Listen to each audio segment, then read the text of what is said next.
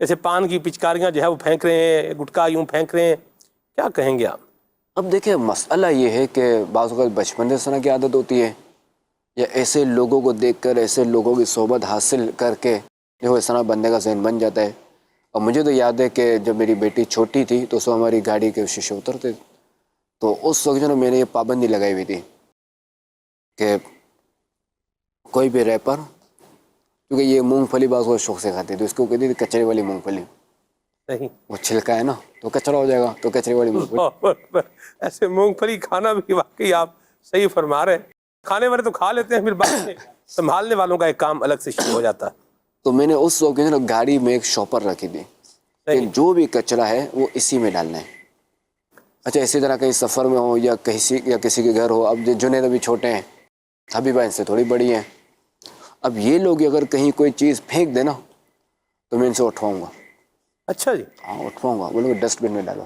اللہ dust bin کہاں ہے تو صاحب خانہ سے پوچھو، کیونکہ یہ سوال میں بھی نہیں آئے گا، صاحب خانہ سے پوچھو، تاکہ صاحب خانہ کا بھی یہ ذہن بنے کیا کہ بات، ہمیں ڈسٹ بن ہمیں رکھنی چاہیے۔ چونکہ اصل ہم ایسی چیزیں رکھتے ہی نہیں ہیں، ڈسٹ بن وغیرہ کوئی چیز رکھتے نہیں ہیں، تو پھر اس طرح کے معاملات ہوتے ہیں۔ امیر سنت کا میں نے شروع سے معمول دیکھا ہے کہ امیر سنت کے کمرے آپ کو 2 تھیلیاں ملیں گے، یہ اس طرح پھینکنے کا ذہن نہیں ہے ہمارا، یعنی کوئی بھی چیز اس کو اس طرح پھینک دے فرش پہ،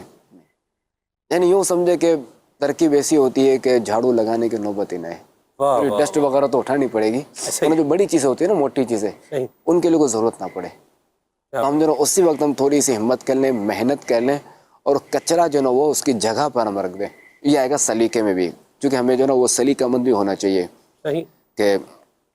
بعض اوقات چونکہ وہ گھر میں بھائی بھی ہوتے ہیں، بہنیں بھی ہوتی ہیں، والدین بھی ہوتے ہیں، تو جو چیز جہاں سے اٹھائی وہیں رکھنی چاہیے،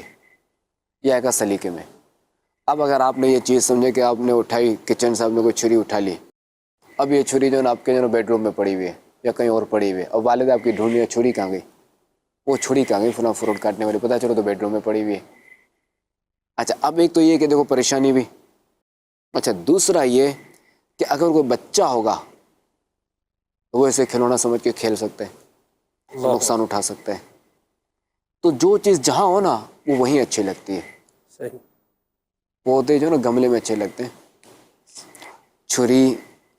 چمچیاں پلیٹ وغیرہ کچن میں اچھی لگتی ہیں، واہ واہ واہ، بیڈ روم وغیرہ میں اچھی نہیں لگے گی۔ اچھا کتابیں جو نا کچن میں اچھی نہیں لگے گی، کتاب والی جگہ پہ صحیح رہے گی۔ سلیقہ مند بھی ہونا چاہیے اور صفائی پسند بھی ہونا چاہیے۔ یہ گٹکے والوں کو کیا مشورہ دیں گے آپ؟ گٹکے والوں کو تو دیکھیں کہ ایک تو ان کے ساتھ یہ مسئلہ کہ گٹکا جو نا اینٹی ذکر اللہ ہے، ذکر اللہ سے تو محروم کرتا ہے، کہ منہ میں بالکل بھرا ہوا ہے، ابھی درود شریف نہیں پڑھ سکتے، ہائے ہائے، یہ سیڑھی اتریں گے تو سبحان اللہ نہیں کہہ سکیں گے، اگر کوئی سلام بھی کہہ رہے گا تب جو نا منہ بنا کے جو نا یہ جواب دینے کی کوشش کریں گے، تو یہ تو کتنی بڑی آزمائش میں ہے کہ ذکر اللہ سے ہی محروم ہے۔ اچھا پھر اب ان کو جب نماز پڑھنی ہے تو اس میں کلی کر کر کے تھک جائیں گے، یہ پھر کہیں جا کر کچھ ذرات نکلیں گے، بقیہ جو ذرات ہوتے ہیں، پھر یہ تو یہ مسائل، ورنہ گٹکے کے بعض نقصانات تو بڑے خطرناک ہیں، کینسر والے بعض اوقات ایسے چھالے نکل آتے ہیں کہ جس سے بندہ بچتا نہیں ہے، انتقال ہو جاتا ہے، کینسر کا سبب بنتا ہے،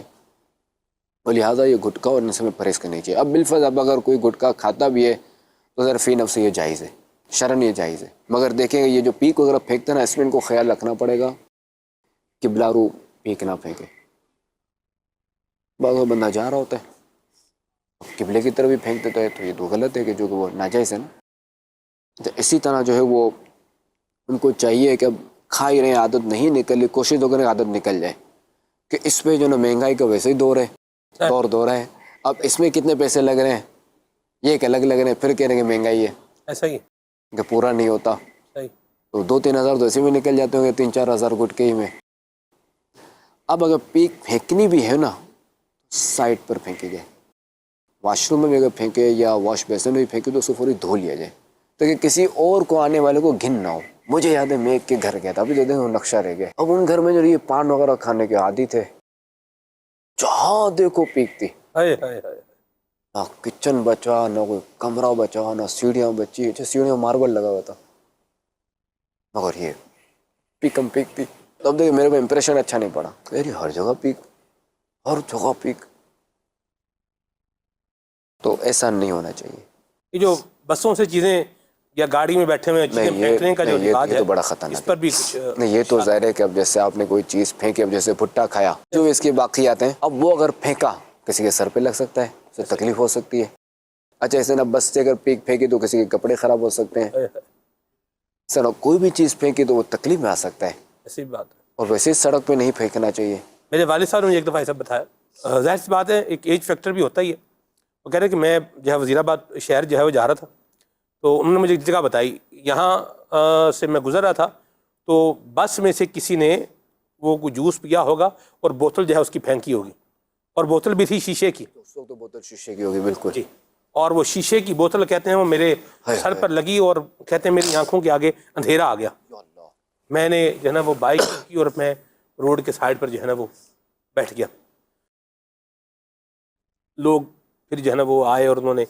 یوں کر کے تھوڑا سا کیا، اور کہتے ہیں پھر میں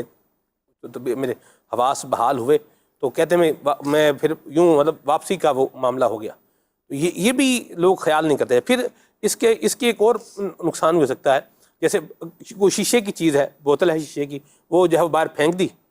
اور وہ جو ہے وہ روڈ پر اگر چکنا چور ہو گئی، اب جو گاڑی آئے گی اس کے اوپر کسی کا جو ہے نا وہ ٹائر برسٹ ہو سکتا ہے، بھی خراب ہو سکتا ہے، اس سے ٹائر بھی خراب ہو سکتا ہے، یا کوئی بندہ گر گیا موٹر سائیکل سوار تو وہ بیچارہ چھل بھی سکتا ہے، اس کو شیشے لگ بھی سکتے ہیں. یعنی کئی جو ہے نا یہ حادثوں کا مجموعہ ہے. یہ اللہ کی پناہ، اللہ ہمیں محفوظ رکھے اسی حرکتوں سے. خیر اگر اب تک کیا ہے تو اسے توبہ بھی کر لیں.